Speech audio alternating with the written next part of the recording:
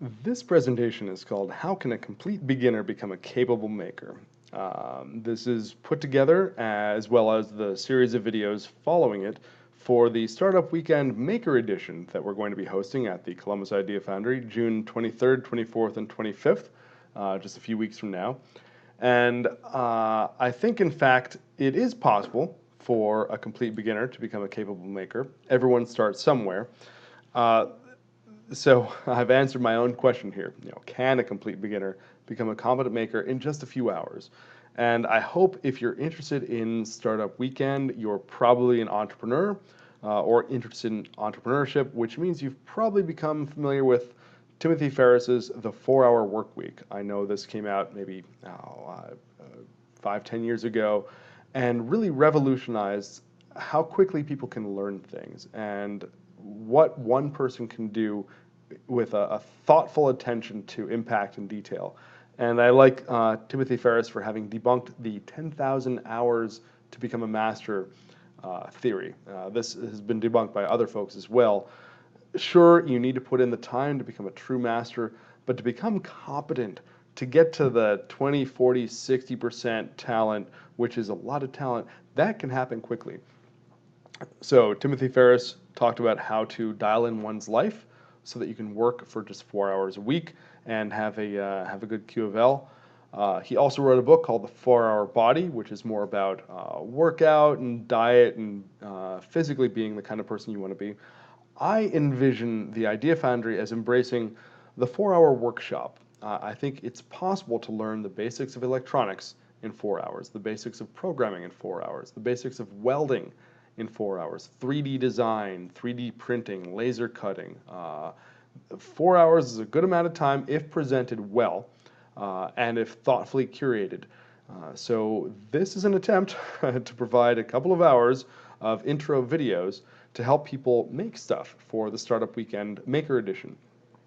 I know that if we invite 150 people into our workshop and just tell everyone, run and jump and play, here's the table saw, here's an angle grinder, that's going to be a disaster. So the Startup Week team and the Idea Foundry team put our heads together and we settled on 3 areas of prototyping: laser cutting, 3D printing, and electronics. And those are well embodied by two-dimensional design plus a laser cutter, three-dimensional design plus 3D printers, and computer programming plus a little bit of electronics and Arduino. And we'll have members and experts available and slots of time to reserve on Saturday and Sunday for doing this kind of work. So this next series of videos will be designed not to leave you as an expert maker, expert designer, expert prototyper, but to give you the broad brush, the what you don't know details behind two-dimensional design, three-dimensional design, how a laser cutter works, what kind of materials you can cut with it, how quickly it operates, what kind of things you can 3D print, what you can't, and some of the basics of how easy it is to do some electronics and programming. Um, so I hope you enjoy those videos going forward. And just to give you a little taste of what I think people will be able to do after watching these videos and attending the seminar on June 20th and then attending the weekend, for example, is creating a 3D printed enclosure which has a kind of organic look and feel. It's not just cardboard and duct tape. And let's move this upwards or move this guy down.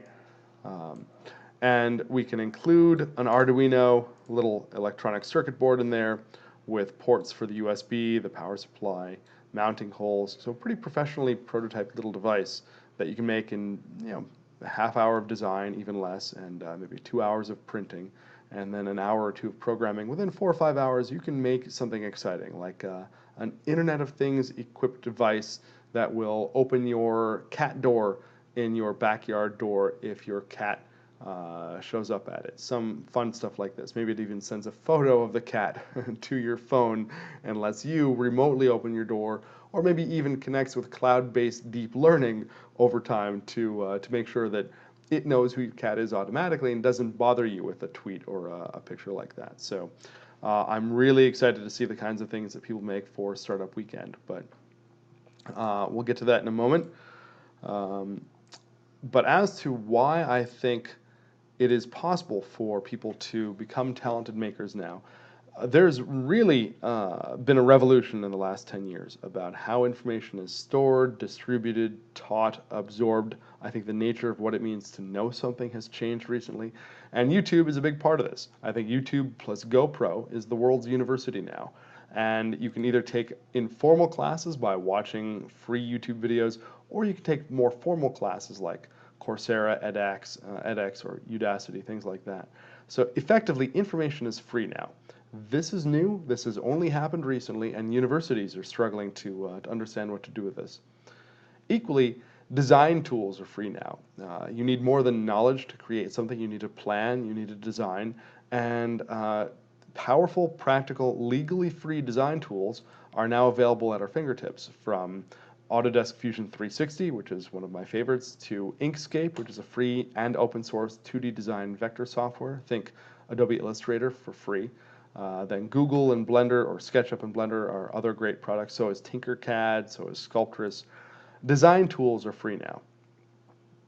And there are machines which will make things for us automatically. So there are machines that will carve metal, carve wood, carve wax, foam and plastic. There are machines that will print things out of plastic for us, and not just a single component, but a full assembly of components. There are machines that will laser cut wood, plastic, and other materials for us. So making is easier now. And in fact, these machines take the free 2D or 3D files you can create legally for free, which you've learned how to create by watching YouTube videos. So that's how all this ties together. And then crowdfunding means if you have a phone with a cell phone or a camera on it, a halfway decent sense of humor, and a good idea, you can make a 3-minute pitch and pitch it to the world, and the world will reward you. So crowdfunding has made financing easier. So you add all this together, free information, plus free design tools, plus digital prototyping resources like 3D printers, and crowdfunding, and we've had a hockey stick-like jump in the capacity for people to be self-empowered to realize their ideas in the last 10 years. So I think the bottleneck now to taking an idea out of your head and actually physically holding it in your hand is access to those tools, access to a friendly and talented community of people to help you turn the crank on this whole process, and a clubhouse to call your own. I think that's the heart of any makerspace. It's certainly the heart of the Idea Foundry, and we love being in the heart of Franklinton, right next to COSI, right next to 400 West Rich, right next to Land Grant, Rehab Tavern, Strongwater, and very shortly, another 1,000 apartments for young professionals with a very high affordability component for artists, for entrepreneurs, for local people. Here's a snapshot of our community. We have a women's welding class that sells out practically the day we offer it. We teach a Girl Scout product design merit badge on our laser cutter. We've got folks doing welding and machining and industrial design and much more. And Columbus is extremely well suited for this culture. Make Magazine, which is the champion of this tech DIY culture, hosted a few competitions a few years ago to see which city around the world can bring the most people together to do things like 3D printing or electronics and programming or robotics. About 300 cities around the world competed, from New York to San Francisco, London to Singapore. For giggles, we toss our hat in the ring, and honestly, nobody was more surprised than we were when Columbus came in first in the world for 3D printing, first in the world for electronics and programming, first in the world for pyrotechnics. We came in second in the world for robotics, but we sponsored a high school robotics team, the Cougar Robots 4251, that came in first in the world in their own international competition on making. So really amazing talent, and people are making really amazing things too, from conventionally fabricated, welded, woodworking, machining, turning products, to 3D printing wearables, to tech fashion, to biomedical products, to even virtual and augmented reality devices, to conventionally machined or CNC machined parts, to electronics and programming. So all of this is very exciting stuff. And one of my favorite projects to have emerged from the shop, and a standout example of how you can empower yourself to realize your idea, is our friend Todd Perkins, who designed and built his own electric motorcycle here at the Foundry. He taught himself design, taught himself 3D design, taught himself 3D machining, and taught himself the electrics, all from resources available on the web. and then used our tools at the shop to build his bike, which spent a month on display at the Motorcycle Hall of Fame, coincidentally, on display underneath a portrait of himself that was painted by A.J. Vanderelli of the Vanderelli Room here in Franklinton. So great blend of art and tech. And then we have a number of engineers here from Battelle who designed a thresher. This is a device to separate seed from chaff to help farmers in Mali who were losing most of their crop yield by an old mortar and pestle technique to separate the seed from chaff.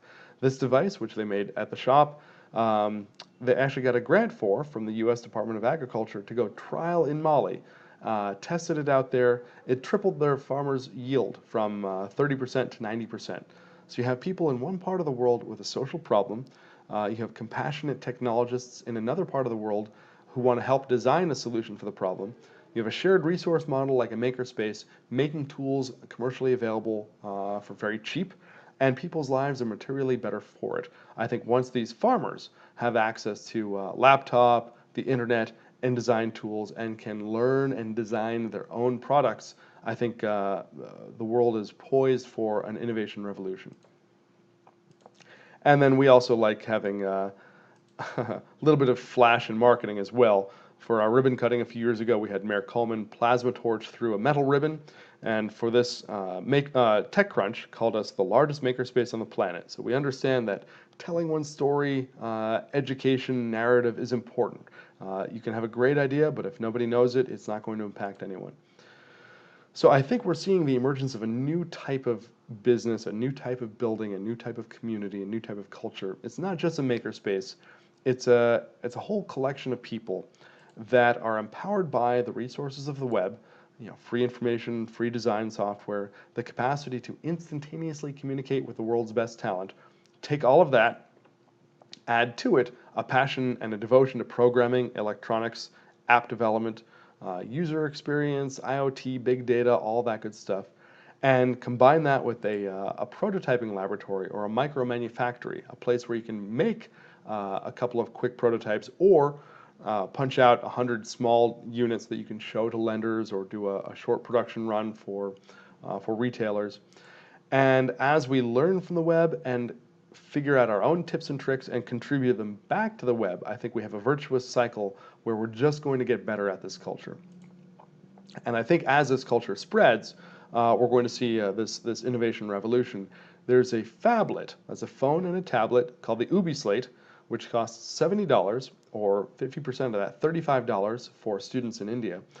It can download simple software, it can browse the web, it can make phone calls. You can charge it with a device called the Gravity Light, which is a crowd-funded generator. It's a high gear ratio electric motor. You hang it from a hook from the ceiling, and you suspend a 50-pound bag of rocks or sand underneath it. As gravity pulls that bag down, it spins that motor and generates clean light and electricity. So you can charge your Ubi Slate this way, and you can surf the web shortly with things like Project Loon from Google or Project Aquila from Facebook. Google's Project Loon plans to beam Wi-Fi to the planet with a fleet of hot air balloons that fly at about 60,000 feet. It's higher than traffic, higher than weather. It sounds absurd. This is why they called it Project Loon, but it's actually already trialing in New Zealand. There's a great TED Talk about this. So conceivably, you can be in a field with the sheep, browsing the web, downloading software, uploading your files to companies that can print or machine your part or print your circuit board and mail it back to you, so you don't actually need access to these tools. And you can do this on the device that you've charged with your Gravity Light. So this culture is spreading, and I think we're going to see our planet evolve from all the devices of value, cars, software apps, phones, things like that, which have been designed and built by a tiny pie slice of the total global talent. If you add up all the engineers, all the software designers, all the industrial designers, that's maybe 1% of the planet. But as this culture spreads, I think we're looking at a potential pool of 7 billion educated and empowered innovators. And that's a world I really want to live in. So I think it is possible to become a capable maker very rapidly, faster than it used to be. And these next few videos, we're going to talk some specifics and jump into actually designing and making stuff. So stay tuned. If you have any questions, email alex@ideafoundry.com. We all can't wait for Startup Weekend.